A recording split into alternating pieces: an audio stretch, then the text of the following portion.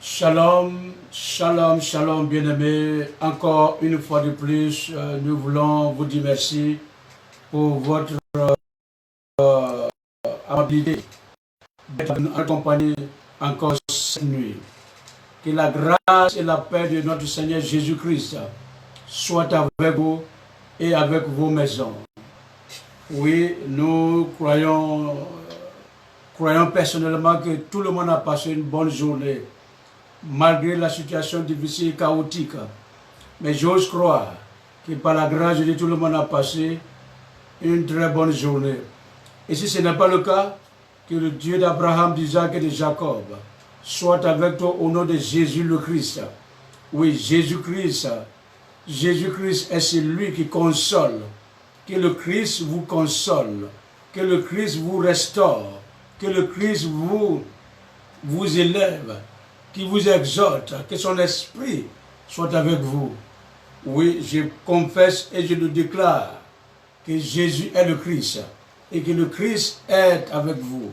Vous n'avez rien à craindre. Faites confiance à Christ. Mettez vos foi en lui.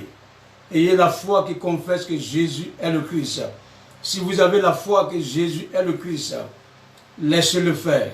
Et tout ce qui va arriver, c'est lui qui va prendre en charge tout ce qui va arriver. C'est pourquoi nous voulons lui dire merci encore pour cette occasion qu'il nous donne de parler au monde entier concernant le fondement du problème. Le fondement du problème de l'humanité. Ce soit le thème que nous allons développer, c'est le fondement du problème de l'humanité. Qu'est-ce qui s'est passé? Et puis l'homme se trouve dans une telle situation. Qu'est-ce qui n'a pas marché? Il y a eu toujours quelque chose. Comme l'adage le dit, il n'y a pas de fumée sans feu. Et ce soir, nous allons prier. Nous allons nous recommander à la grâce de Dieu. Que Dieu nous inspire. Que Dieu vous donne des oreilles pour entendre sa voix. Non pas ma voix, mais sa voix. Afin qu'au nom de Jésus le Christ, que quelqu'un soit restauré aujourd'hui. Que quelqu'un soit éclairé aujourd'hui. Père, au nom de Jésus-Christ, je me confie à toi. Je te confie mon corps, mon âme et mon esprit. Je te confie tous ceux qui de près comme de loin qui nous écoutent. Que ce soit ici à Abidjan, en Côte d'Ivoire, en Afrique, en Europe, en Océanie, en Amérique, en Asie, peu importe où chacun se trouve. Père, je te prie au nom de Jésus-Christ, que ta grâce soit sur ton peuple. Oui, afin qu'au nom de Jésus-Christ, nous puissions t'adorer en esprit et en vérité. Seigneur, donne à chacun de comprendre. Pourquoi le monde est dans le problème? Qu'est-ce qui n'a pas marché? Qu'est-ce qui n'a pas bien fonctionné? Afin que l'on sache que toi tu es souverain. Seigneur, je te prie pour notre nation. Je te prie pour le président de la République. Seigneur, donne-lui la sagesse. Incarne cet homme avec la sagesse, la crainte de Dieu. Lui et son premier ministre et son gouvernement. Je te prie, Seigneur, afin que, Seigneur, le gouvernement ivoirien, avec à sa tête, le premier ministre et le président de la République, l'Assemblée nationale et le Sénat, l'opposition, la société civile, les guides religieux, le corps médical, le corps habillé, Seigneur. Oh, que tout soit habité par la sagesse pour gérer cette crise sanitaire, pour amener chaque Ivoirien à la santé parfaite. Oui, Seigneur.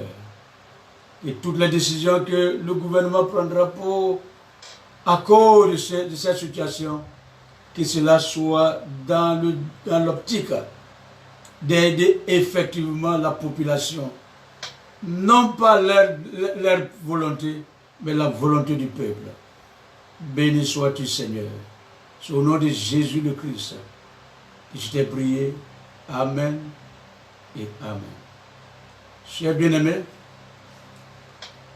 avant de commencer, je voudrais vous communiquer notre contact. Vous pouvez nous contacter plus 25 52 2 fois 47 99. Vous pouvez nous contacter plus 25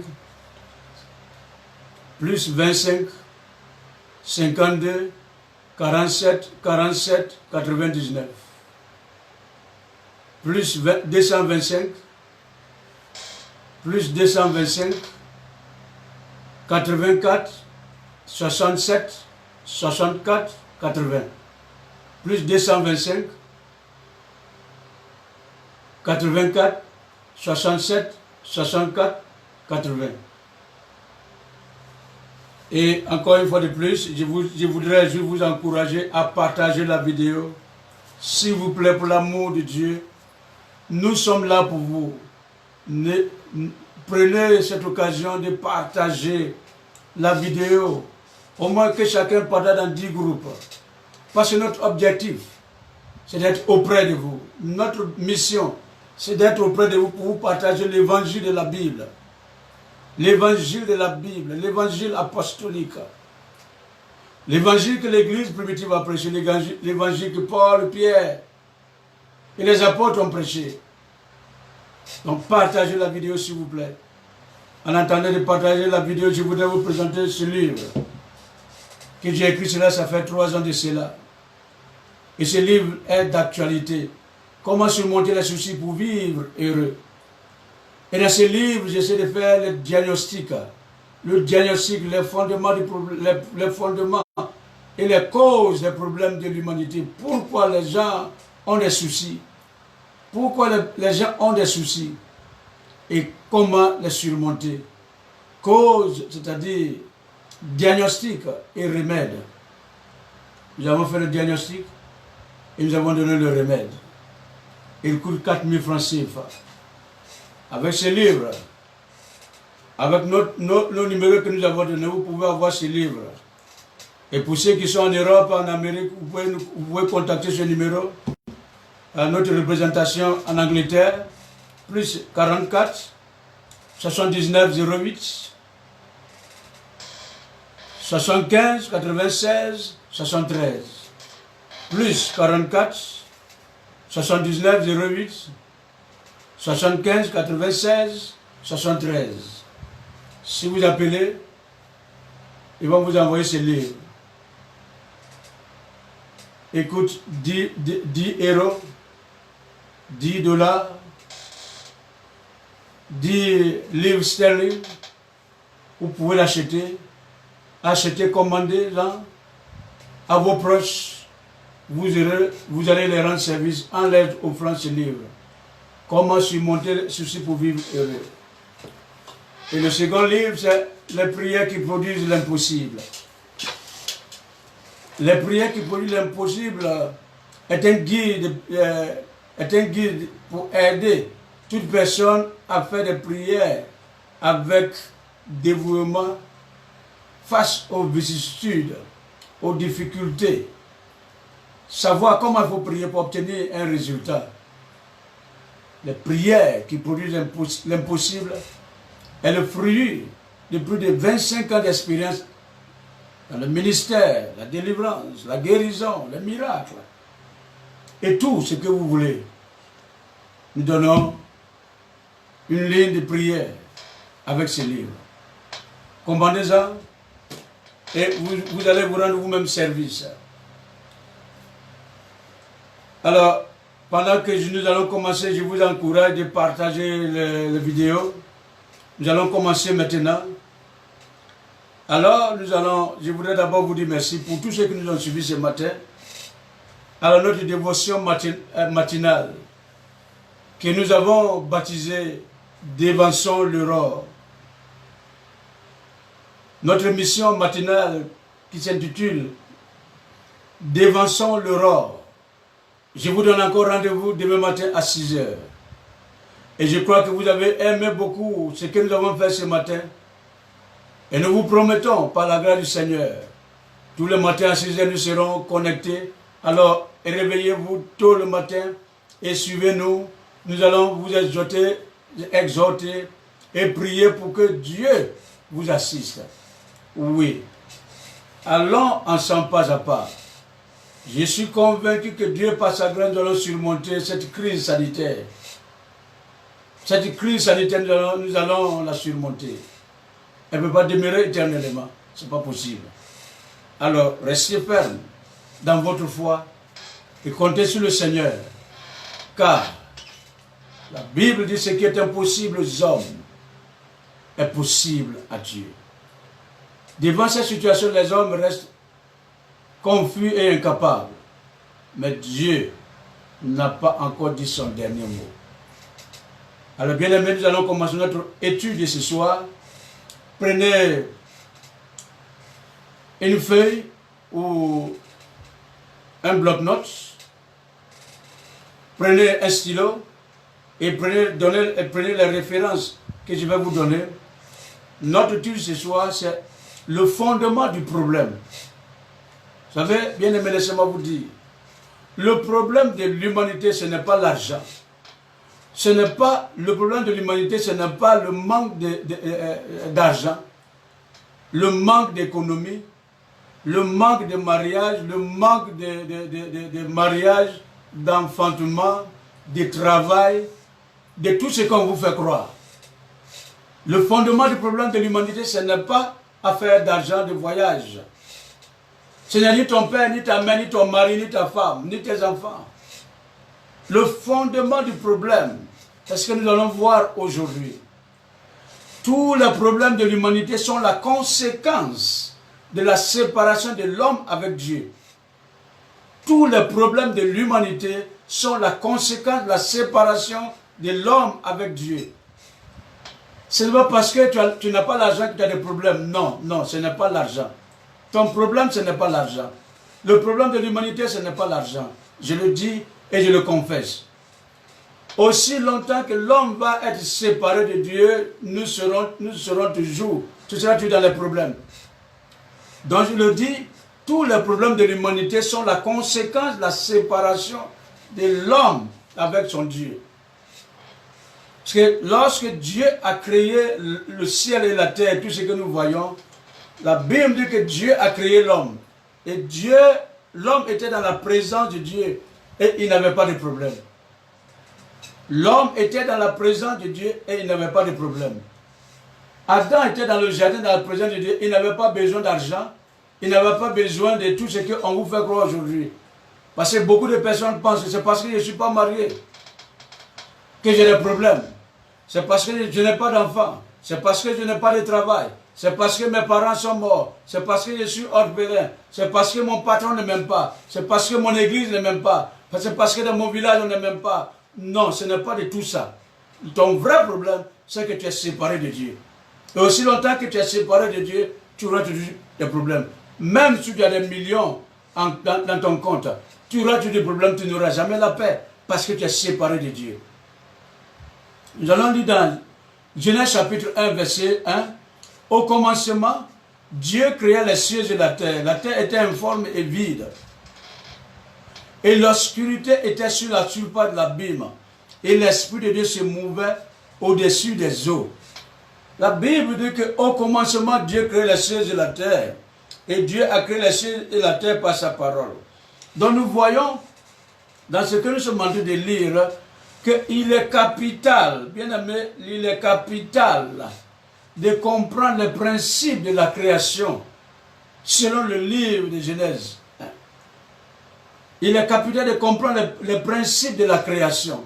Si vous comprenez les principes de la création, vous allez comprendre pourquoi l'homme a des problèmes.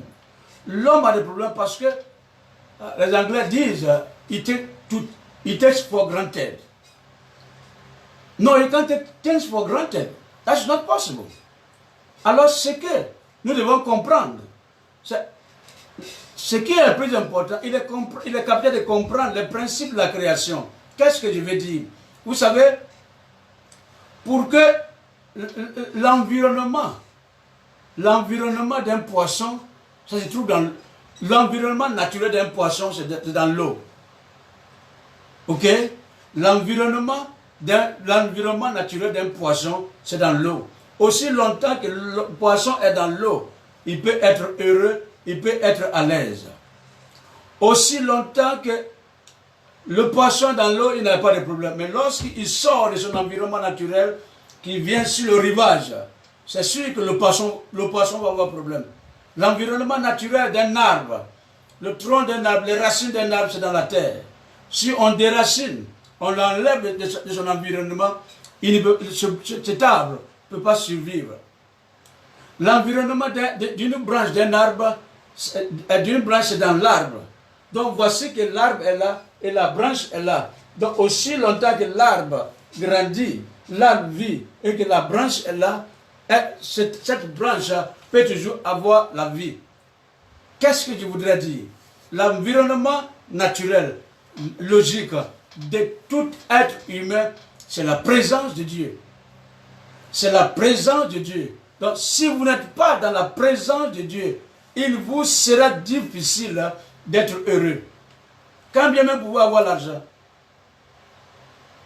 quand bien même vous pouvez vous marier, vous pouvez être marié, vous pouvez avoir tout ce que vous avez besoin. Mais lorsque vous n'êtes pas dans la présence de Dieu, si vous êtes séparé de Dieu, c'est que vous êtes dans les problèmes. Et c'est ce que nous avons vu dans le cas d'Adam et Ève. Alors, nous lisons dans Genèse chapitre 2, verset 7, l'Éternel Dieu forma l'homme de la poussière de la terre, il souffla dans ses narines un souffle de vie, et l'homme devint un être vivant. Voilà ce qui était clair. Lorsque Dieu a créé l'homme, l'homme était l'argile, c'était la terre. Il n'y avait pas de vie en l'homme. Et Dieu a soufflé dans ses narines. C'est-à-dire Dieu a mis une partie dans la vie de l'homme. Et l'homme est devenu un être vivant. Alors qu'est-ce que cela voulait dire? Cela veut dire que aussi longtemps que la présence de Dieu est à nous, nous devons être en retour dans sa présence. C'est-à-dire sa présence spirituelle doit être égale à notre présence physique en sa présence spirituelle. Alors, qu'est-ce que nous sommes en train de dire ici? Tout être humain doit avoir une relation personnelle avec Dieu et être dans sa présence, afin d'avoir une vie épanouie. Laissez-moi vous dire, bien-aimés, être dans la présence de Dieu, ce n'est pas aller à l'église. Parce que l'église, aujourd'hui, a des problèmes. Beaucoup de personnes pensent qu'aller à l'église, lorsqu'on va à l'église, on est devant la présence de Dieu. Non, détrompez-vous. Aujourd'hui, il y a beaucoup de personnes qui sont dans l'église. Les églises sont remplies avec des personnes vides. Le souffle de vie n'est pas. Le souffle qui donne la vie, qui nous réconcilie avec le Père, n'est pas dans la vie de beaucoup de personnes. Voilà où se trouve le problème. Bien-aimés, pourquoi sommes-nous séparés de Dieu? Pourquoi l'homme est séparé de Dieu? Qu'est-ce qui sépare l'homme avec Dieu? Pourquoi sommes-nous séparés de Dieu? Pourquoi allons-nous à l'église? Nous allons à l'église. Nous jeûnons, nous prions, nous donnons offrandes, nous donnons dîmes, nous faisons de bonnes choses. Et pourtant, nous sommes séparés de Dieu. Pourquoi sommes-nous séparés de Dieu? Dans Ésaïe chapitre 59, verset 2, mais ce sont vos crimes qui mettent une séparation entre vous et votre Dieu. Ce sont vos péchés qui vous cachent sa face et l'empêchent de vous écouter. Le prophète Ésaïe dit, ce sont nos péchés qui nous cachent la face de Dieu. Parce que Dieu est 3 fois saint. Il hait le péché, mais il aime le pécheur. Et comme Dieu ne veut pas que nous soyons séparés de lui, c'est pour cette raison, il a fait tout son possible pour nous créer à son image, selon sa ressemblance. Vous comprenez? Si tu es là, s'il te plaît, partage la vidéo et donne-moi Amen, s'il te plaît. Donne-moi Amen si tu es avec moi. Dans 1 Pierre chapitre 1, verset 15 à 16, mais puisque celui qui vous a appelé est saint, vous aussi soyez saints dans toute votre conduite. Selon qu'il est écrit, vous serez saints, car je suis saint. Qu'est-ce que ce passage veut dire? Ce passage veut dire, nous devons nous sanctifier. Nous devons vivre selon les principes de la Bible. Parce que quand nous vivons selon les principes de la Bible, nous vivons dans la sanctification.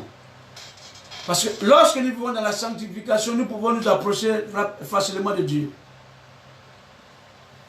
Dans Genèse chapitre 2, verset 16 à 17, l'Éternel donna cet ordre à l'homme, tu pourras manger de tous les arbres du jardin, mais tu ne mangeras pas de l'arbre de la connaissance du bien et du mal, car le jour où tu en mangeras, tu mourras. Dieu a fait une alliance avec Adam et Ève. Dieu a mis Adam et Ève dans son jardin, dans sa présence. Le jardin d'Éden où se trouvait toute la merveille de Dieu. Et Dieu a dit à Adam et Ève, vous pouvez manger de tous les arbres qui sont dans le jardin. Vous pouvez tout manger. Mais cet arbre-là, ne le mangez pas, car le jour que vous mangez cet arbre, vous allez mourir. Dieu a fait une alliance avec Adam et Ève. C'est-à-dire il y avait une alliance entre la créature et le Créateur. Et depuis longtemps, aussi longtemps que Adam et Ève respectaient cette consigne, il y avait une harmonie, il y avait une communion, il y avait une communication, il y avait une intimité entre Dieu et l'homme. Malheureusement, un jour, il y a quelqu'un qui apparaît dans le jardin. Et il dit à l'homme, il dit à la femme, vous pouvez lire dans Genèse chapitre 3, verset 6. Le diable vint et dit à la femme, Dieu a-t-il réellement dit, vous ne mangez pas de tous les arbres du jardin? La femme lui dit, non, mais Dieu n'a pas dit ça. Dieu dit qu'on peut tout manger, sauf l'arbre qui est dans le milieu du jardin. Et le diable dit, non, mais Dieu sait que le jour où vous en mangerez, vous serez comme des dieux, connaissant le bien et le mal. Et pourtant, la Bible dit, Dieu a créé l'homme à son image, selon sa ressemblance. Cela sous-entend que l'homme est un petit Dieu. Donc, à la vérité, le diable a prêché le faux pour avoir le vrai. Et ça se passe encore de nos jours. Le Dieu m'a dit, le Dieu m'a dit, le Dieu m'a dit, pour sortir ce qui est vrai, pour spéculer là-dessus. Dans Genèse chapitre 3, verset 6, la femme vit que l'arbre était bon à manger et agréable à la vue et qu'il était précieux pour ouvrir l'intelligence. Elle prit de son fruit et en mangea. Elle en donna aussi à son mari qui était auprès d'elle et il en mangea. Et voici le problème qui est arrivé. Lorsque l'homme et la femme, ils ont mangé l'arbre défendu, la Bible dit que les yeux se sont ouverts. Ils ont vu qu'ils avaient des problèmes.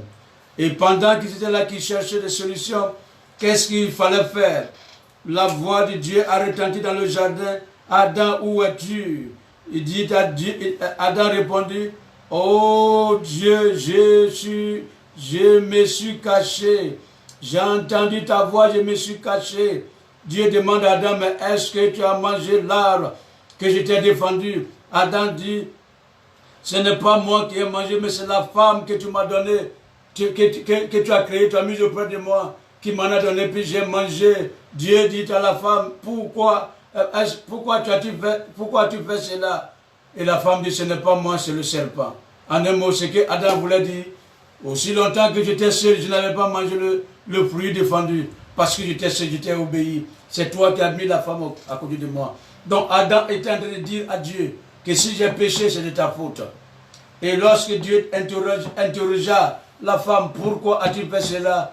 Elle dit à Dieu, ce n'est pas de ma faute, c'est le diable, c'est le serpent que toi-même tu as créé, c'est lui qui m'a séduit. Donc Adam et sa femme faisaient du ping-pong à Dieu. Mais Dieu ne s'est pas contenté de leurs excuses. Il s'est prononcé. Dans Romains chapitre 5, verset 19, car comme par la désobéissance d'un seul homme, beaucoup ont été rendus pécheurs. De même, par l'obéissance d'un seul, beaucoup seront rendus justes. Romains chapitre 5, verset 12, c'est pourquoi, comme par un seul homme, le péché est entré dans le monde, et par le péché la mort, et qu'ainsi la mort s'est étendue sur tous les hommes, car tous ont péché. Parce que tous ont péché. Bien-aimés, nous lisons dans 1 Corinthiens chapitre 5, verset 22, et comme tous meurent en Adam, de même tous revivront en Christ. Dans Romains chapitre 3, verset 23, car tous ont péché et sont privés de la gloire de Dieu. C'est-à-dire, toi et moi, nous sommes séparés de Dieu. Le péché a séparé l'homme de Dieu. Le péché a séparé l'homme de Dieu. Regardez vous-même aujourd'hui ce qui se passe sur notre planète. L'homme couche avec l'homme. Femme couche avec femme. Il y a des hommes et des femmes qui ont des rapports sexuels avec des animaux. Voilà où l'intelligence de l'homme l'a conduit. Le péché est rentré dans nos mœurs. À tel enseigne que notre génération, tout ce qui est mauvais, on dit c'est ça qui est bon. Quand c'est bon, quand tu vis dans la justice, quand tu vis dans la vérité, quand tu ne vis pas dans la corruption, on trouve que tu es archaïque. Mais quand aujourd'hui l'ONU ne fait que prix Nobel de la paix, l'ONU félicite les gens, et quand on voit leur vie, c'est des gens qui ont de mauvaises vies. Mais voici où le monde est arrivé. Bien-aimés, nous allons parler de Satan. Nous allons parler de Satan. Satan est le maître de tous les esprits maléfiques, l'ennemi éternel de Dieu et de Christ.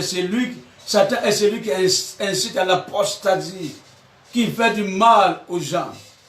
Et dans 1 Jean chapitre 3 verset 8, celui qui pêche est du diable, car le diable pêche dès le commencement.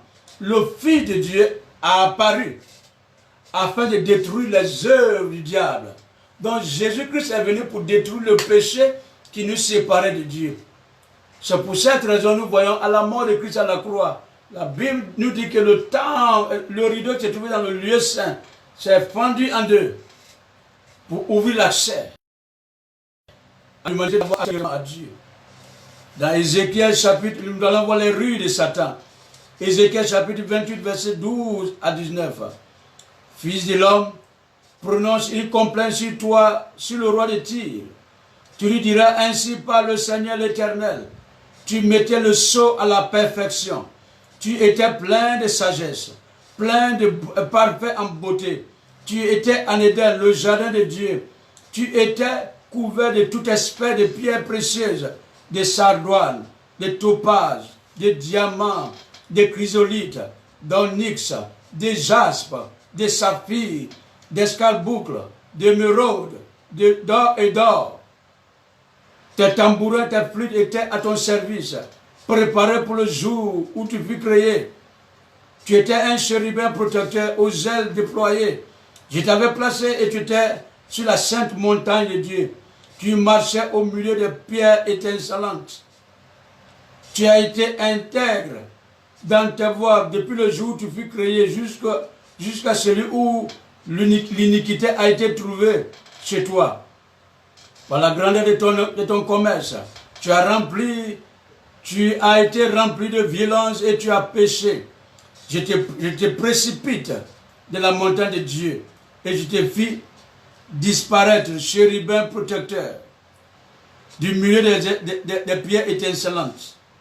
Ton cœur s'est élevé au-dessus de ta beauté et tu as corrompu ta sagesse par ton éclat. Je te jette par terre. Je te livre en spectacle au roi. Je te livre en spectacle au roi par la multitude de tes iniquités, par la justice de ton commerce. Tu as profané tes sanctuaires. Je te fis sortir du milieu de toi un feu qui dévore.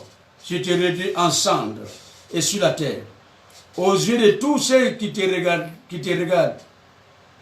tous ceux qui te connaissent, parmi les peuples sont dans la stupeur à cause de toi. Tu es réduit au néant. Tu ne seras plus à jamais. Ce passage la parle de Satan. Ce passage parle du diable.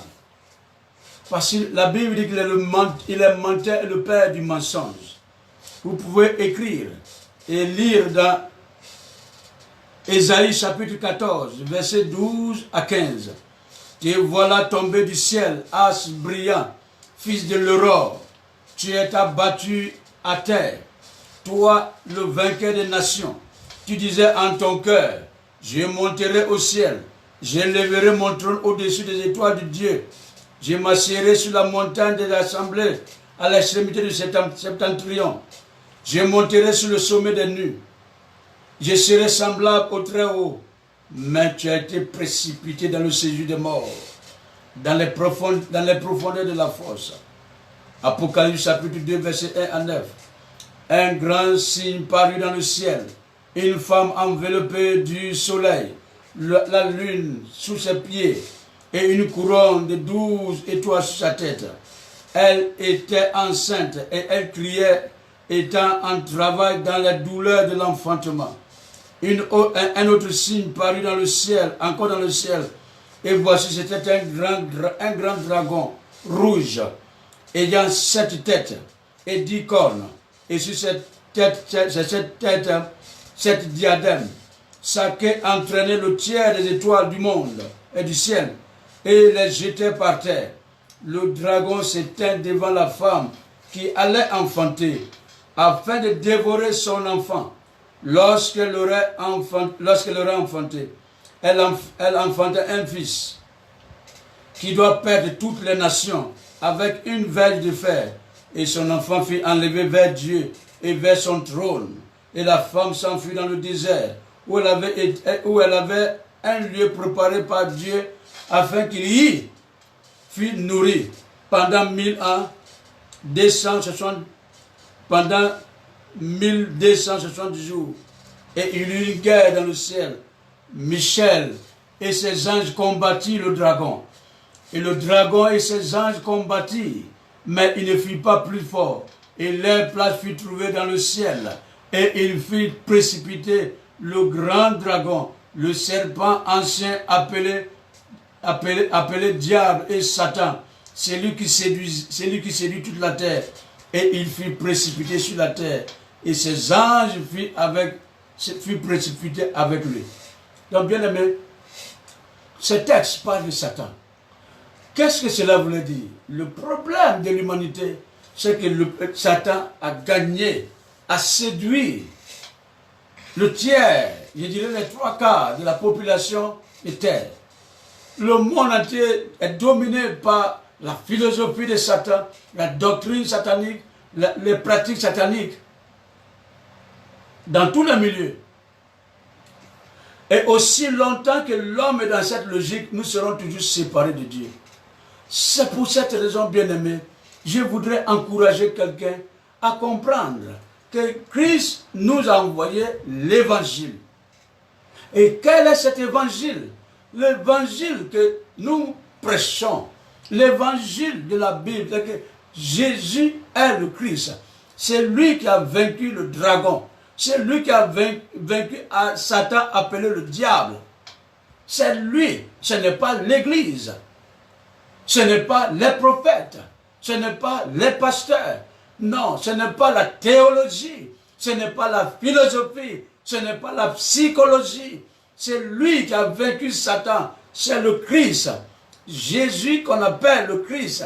C'est lui qui a vaincu Satan. C'est pour cette raison, c'est lui seul qui peut nous ramener à Dieu. Christ seul peut nous ramener à Dieu.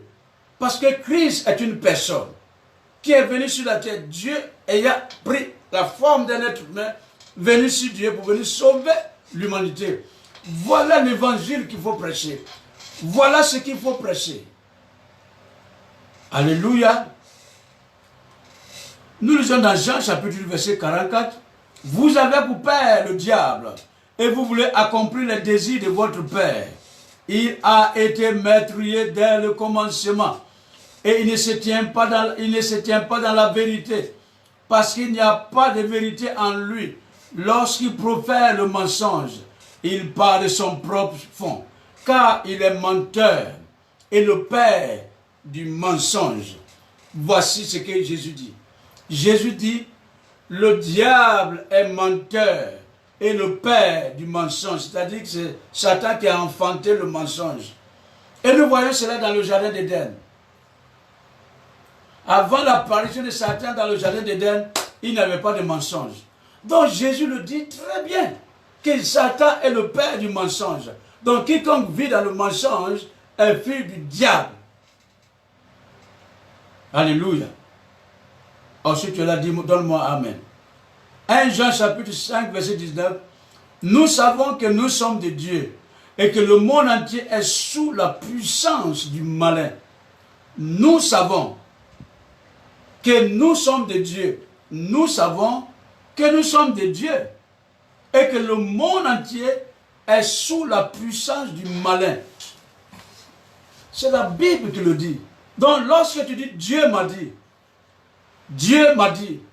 fais attention, c'est lequel Dieu qui te parle. Parce que la Bible appelle Satan le Dieu de ce siècle. Donc Satan fait des révélations. Satan fait des miracles. Satan a sa doctrine. Satan a son église. Satan a sa philosophie. Mais nous savons que nous sommes de Dieu. Moi, je suis de Dieu. Toi, tu es de Dieu.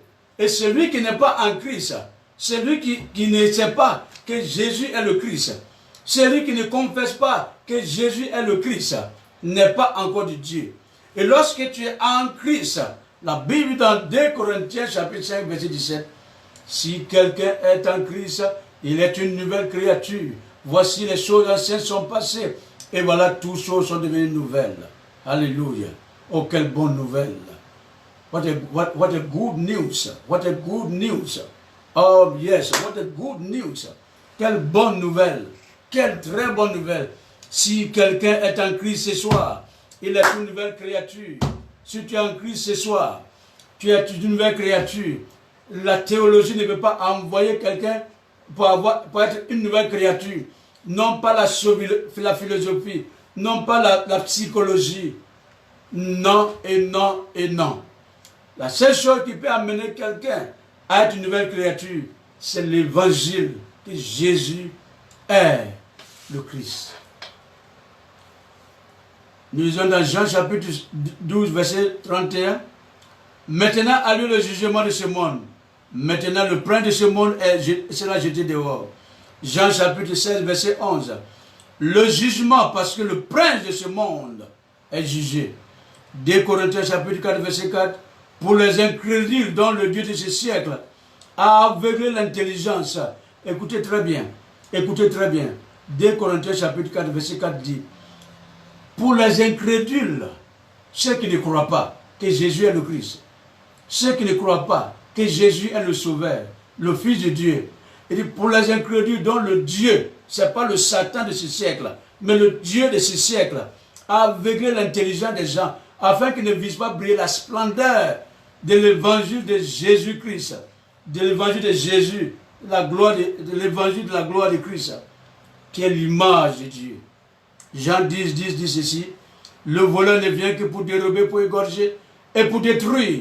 Moi, c'est-à-dire c'est Jésus qui parle, je suis venu afin que mes brebis aient la vie et qu'elles soient dans l'abondance. Bien-aimés, nous lisons dans Éphésiens chapitre 6, verset 10 à 20. Au reste, frères, au reste, fortifiez-vous dans le Seigneur et par sa foi toute puissante. Revêtez-vous de toutes les armes de Dieu afin de pouvoir tenir ferme contre les ruses du diable. Car nous n'avons pas lutté contre la chair et le sang, mais contre les dominations, contre les autorités, contre les princes de ce monde des ténèbres, contre les esprits maléfiques dans les lieux célestes. C'est pourquoi prenez toutes les armes de Dieu afin de pouvoir résister ferme dans le mauvais jour et tenir ferme après avoir tout surmonté. Tenez donc, ayez à vous la vérité pour ceinture. Revêtez la cuirasse de justice. Mettez pour ceci à vos pieds le zèle qui donne l'évangile de paix. Prenez par-dessus tout le casque, par-dessus tout cela, le bouclier de la foi, avec lequel vous pourrez éteindre tous les traits enflammés du malin. Prenez aussi le casque du salut et l'épée de l'esprit qui est la parole de Dieu. Faites en tout temps, par l'esprit, tout sortes de prières et de supplications. Veillez à cela avec une entière persévérance. Priez pour tous les saints. Priez pour moi, afin qu'il me soit donné, quand j'ouvre la bouche, de faire connaître les hardiment et librement le mystère de l'évangile, pour lequel je suis ambassadeur dans les chaînes, et que j'en parle avec assurance comme je dois en parler. Bien-aimés, nous sommes dans les derniers temps. Il est temps que chacun revienne à l'évangile de la Bible. Oui, je le répète, le problème de l'homme, ce n'est pas l'argent, ce n'est pas le mariage, ce n'est pas le voyage, ce n'est pas le travail, ce n'est pas tout ce qu'on vous fait croire.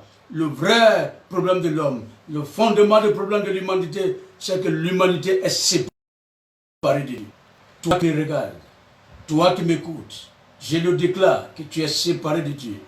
Et si tu demeures séparé de Dieu, Satan aura toujours contrôle sur ta vie. Mais si tu te réconcilies avec Jésus le Christ, parce que Jésus le Christ, il est le vrai roi qui a résolu le problème de Satan. Le Christ est le vrai sacrificateur qui a résolu le problème du péché. Le Christ est le vrai prophète qui nous a révélé le Père. Il est mort à la croix pour nous. Il a tout fait pour nous. C'est pour cette raison, je vous encourage à donner votre vie à Jésus. Ayez la foi qui confesse que Jésus est le Christ. Dans 2 Corinthiens chapitre 11, verset 14, et cela n'est pas étonnant, puisque Satan lui-même se déguise en ange de lumière.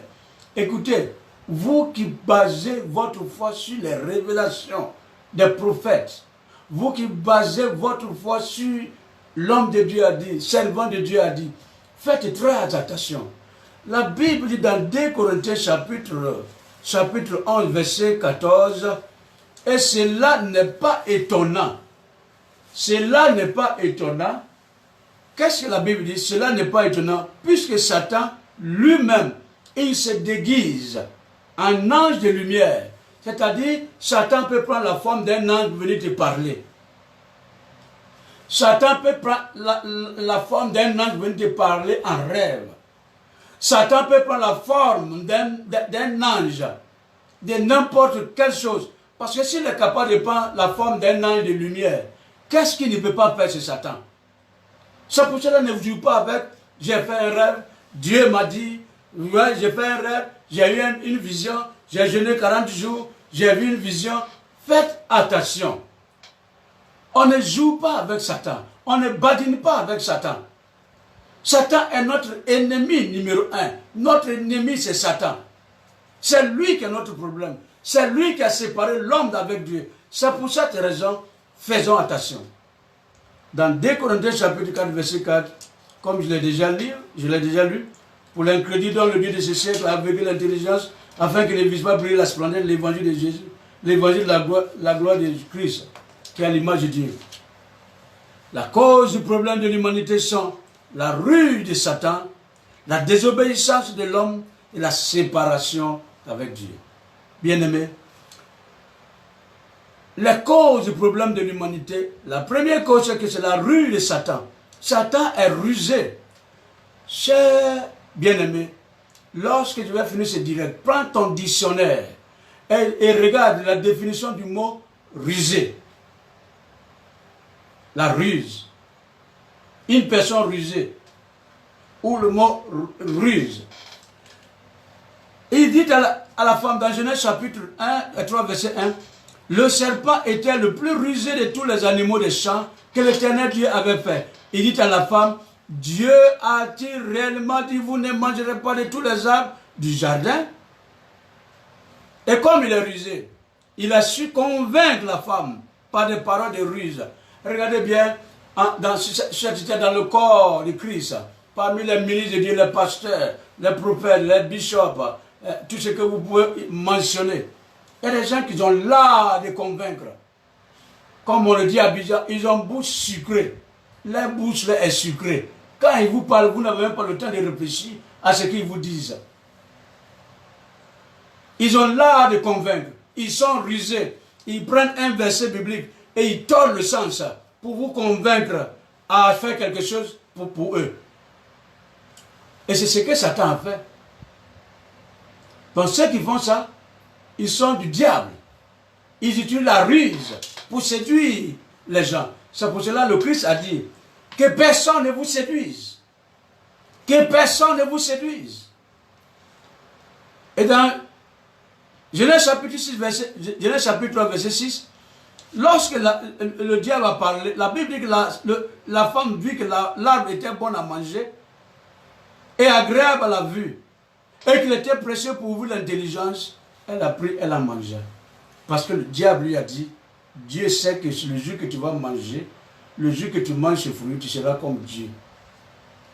Satan a menti, il a séduit la femme, et la femme a séduit son mari. Voici le problème de l'homme. Voici tout le problème de l'homme.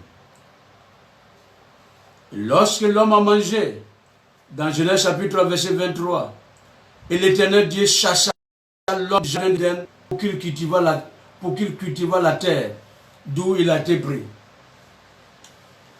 Je vais terminer mon message ce soir pour dire à quelqu'un qui m'écoute. Ton problème, ce n'est pas coronavirus. Ton problème, ce n'est pas coronavirus.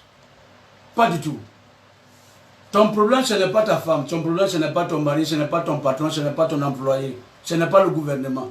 Ce n'est pas ton gouvernement. Ce n'est pas ton président. Ce n'est pas ton premier ministre. Ce n'est pas ton chef de canton. Ton problème, c'est que tu es séparé de Dieu. Et aussi longtemps que tu es séparé de Dieu, tu auras toujours des problèmes. C'est pourquoi donne ta vie à Jésus. Confesse que Jésus est le Christ. Si tu es avec moi, je voudrais que tu mettes ta main sur ton cœur.